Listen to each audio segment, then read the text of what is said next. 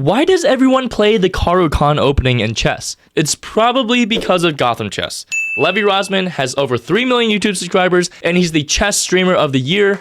Congrats to him. I love his content, and I also play the Caro Kann because I watched a lot of his videos early in my chess journey. But if you're going to be running into Caro Kann players, you need to know what to do. Let me share one of my favorite ways to respond to the Caro Kann and how your opponent can make a grave mistake as early as move 8. This game comes from a classical over-the-board tournament that I played recently. There were 4 rounds, and all 4 of them were Caro Kann games, so there are going to be a lot of Caro Kann videos being published this week. Enjoy. So we start with e4, c6, I put 2 pawns in the center, and they play d5. Now I play knight c3, and by far and away the most common response here is to take. So after you take back with a knight and knight f6. The 2 common responses here are either knight f6 or bishop f5. If bishop f5 occurs, then you simply play knight g3. With tempo on the bishop, they scoot back, you develop your knight, you play c3. At some point you challenge this light square bishop on this diagonal, and you continue on with your game. That variation happens in a later game in the tournament, but today we're going to talk about what happens after knight f6.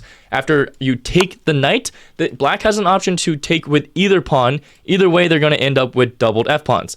Most commonly, from my experience, people take with the e-pawn, and the way that black has compensation for their doubled pawn structure is that they have free and roaming bishops. The bishop is able to move, they castle quickly, and that's how they try to go about life. But life is all about challenges, right? You think it's all sunshine and rainbows, and then it will beat you down to your knees and keep you there if you let it. Let me know in the comments if you recognize that movie quote. But anyway, so basically for white, the plan is going to be to get a bishop and a queen onto this light square diagonal because black has doubled f-pawns. Like, they don't want their king to be stuck in the center, so what they're going to do is probably castle ASAP. That's exactly what happens. They get their king out of the middle, and now I play queen c2. Like I said, this light square battery is creating challenges for black to respond to now. And that's always a good thing in chess. Like, when there's a move that comes with tempo, which means that you gain time and your opponent loses time because they have to react to your move, it's always a good thing. And sure, black can always throw this check in with rook e8, and either way, you'll play knight e2 or bishop e3. Both of them are developing your pieces to squares that you want to go to, so you're not losing any tempo yourself. But in this case, my opponent preemptively played g6. This is move 8, and already, I know the eval bar only says +1, but practically from a human standpoint, this is already very, very nice for white to play. Why? Because there's going to be ideas of h4, h5 to break this whole thing open. Black has to be very, very accurate to make sure they defend their king. I play knight e2. The queen goes to c7. I think the reason why they do this is because when this whole thing gets broken apart, they can always defend any sort of bishop sacrifice with the queen on the 7th rank. I thought it would be an issue, but you'll see there's some creative ways around that. So after h4, like I said, the cavalry coming to town. Like, I see a target and we're going after it.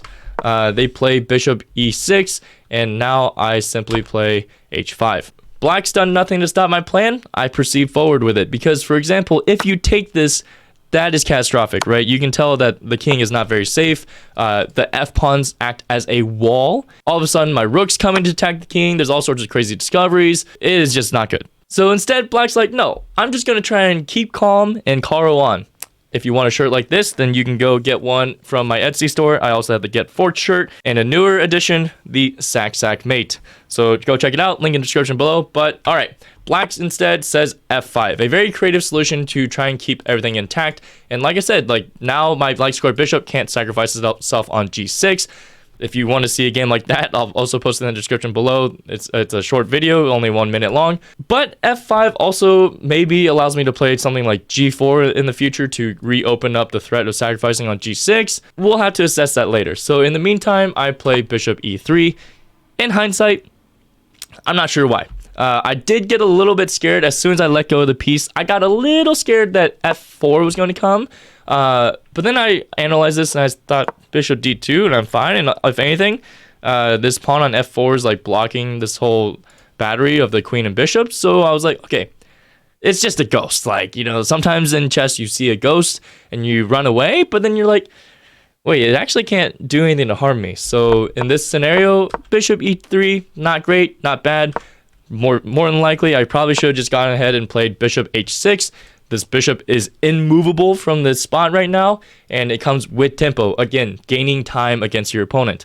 But it's okay. I played bishop e3. My opponent plays bishop d5. And this kind of breaks an opening principle. Usually in openings, you don't want to move the same piece twice until most of your pieces are developed. Well, moving this bishop twice leaves these rooks disconnected, leaves this knight undeveloped, and yeah, sure, it's attacking the g-pawn. But my assessment was, if you want to help me do something that I want to do, be my guest. Because after I long castle and bishop takes g2, I play rook h to g1. And look, now not only am I attacking your bishop with tempo, I'm also pinning this g-pawn to your king. Looks very dangerous. After bishop f3, the computer is screaming at me to go ahead and take on g6. I thought I could wait, so for the meantime, I actually played bishop h6 now. Chess is a funny thing. Now the computer doesn't like it, but it's all fine. My opponent takes on e2, and I figured, okay, taking with the bishop, probably more equal. This whole attack starts to dissolve. But after queen takes e2, remember when I said black didn't follow the opening principles and they didn't develop their pieces, the rooks are still disconnected? Well, the rook needs to move because otherwise they lose the exchange. But at the same time, this rook can't move to the open file. It's not supported by the other rook. Rooks love to be connected. They're not connected. So instead, my opponent played this cheeky move, bishop f4 check. This is a very resourceful find. It's the best move to get out of this rook being hanging. I'm essentially forced to take because otherwise my bishop hangs. So after takes, and king b1, now they still have to solve this issue of a lack of development. They try and do so with knight d7, and now try to pause to solve to find one of the best two moves. I'm actually kind of proud of this because it felt a little counterintuitive for some reason, but I did play this confidently after a couple minutes of thinking. I am going to spoil one of the moves. One of the moves is just to take on g6 right away, but there's another move that is just as winning. And that move is queen to e7. It looks crazy. The queen is going in a one-woman army. That's not just any one soldier army. This is a powerful queen who can move all sorts of different directions, right? And the issue here is that this knight has to move. You cannot defend the knight or attack the queen. For example, rook to e8 now, then the knight hangs, right? And if you play rook to d8, there's issues. So you had to have played knight to b6 for this to continue on, but white's still better here. But let's talk about those issues after rook d8, because that's what my opponent played. And in this scenario, now I finally take on g6. Black has a tough decision to make. Which pawn do they take with? If they take with the f pawn, then this diagonal is going to be very, very weak. And there's another move that I'm not going to spoil just yet.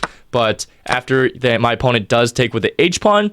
Here is a critical moment again. Pause to solve, because this was an amazing move to play over the board. I know I'm tooting my own horn, but I'm telling you, when you play over the board chess and you find a fantastic move, it is so much more fun to play than playing online chess. And that move is a move that GothamChess would probably be proud of.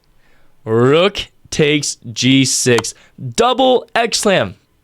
2 exclamation points, nice bright and blue, because I sacrifice my rook. If you take with that f-pawn, bishop c4. Remember when I said that light square diagonal would be super weak? Well, now, if you move to king h8, rook h1 is just mate. You sacrifice the queen, GG. And if you try to block with the rook, well, who's guarding this rook? Queen, bishop, boom, boom, and rook h1 again.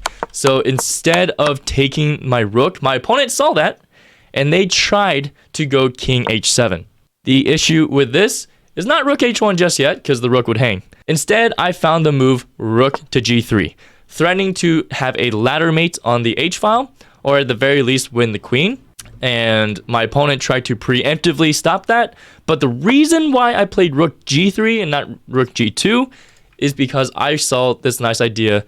Bishop takes f5, the king moves, and then I play rook h3, supported by the bishop, and pinning the queen, and it's still mate in a few moves. Here, my opponent resigned, and I started off with a win versus the Caro Kann. Just remember that if you do see the move g6, then h4 and h5 are super, super powerful. Use that tool plus this queen bishop battery on the light squares to absolutely dominate your Caro Kann opponents. If you enjoyed this, then go check out the next Caro Kann video, which I will put right over there. Happy learning, everyone.